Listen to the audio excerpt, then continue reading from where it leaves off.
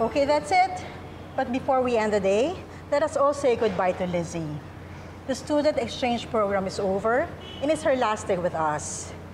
And Lizzie, despite everything that you've been through, I hope marami ka pa rin natutunan dito. And we made fun memories with us too, right? Yes. Okay, say goodbye to Lizzie. Bye. Goodbye, Lizzie. Good luck. Class dismissed.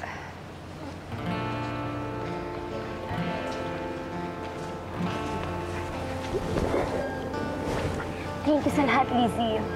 Wala yun, pero you're welcome pa rin. Thank you. Hindi na tayo magkikita araw-araw. Ano na tayo? Julian. Sabi ko na nga ba kayo na eh. Uy! Huwag kayong maingay. Bakit? Kinahihiya niyo ba yung isa't isa? Hindi pero huwag kayong maingay. Dude, di niya lang alam kung paano sasabihin sa parents niya. Baka kasi hindi sila pumayag. Mami mo rin kaya, dude. Mortal enemy sila ng nanay ni Lizzie. Natakot nga ako, nag-aaway sila eh. Ha? Kailan? Alam mo, dude, minsan hindi ka rin nakakatulong. No, na, tara, merienda na tayo.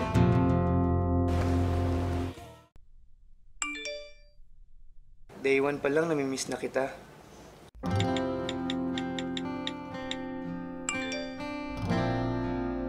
I miss you too.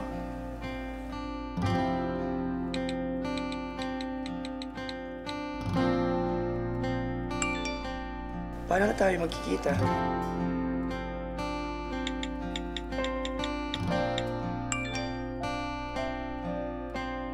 Hindi ko rin alam eh. Ayoko sanang magtago kay Nainay.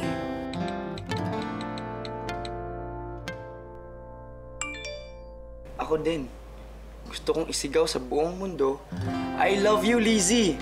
All caps para intense.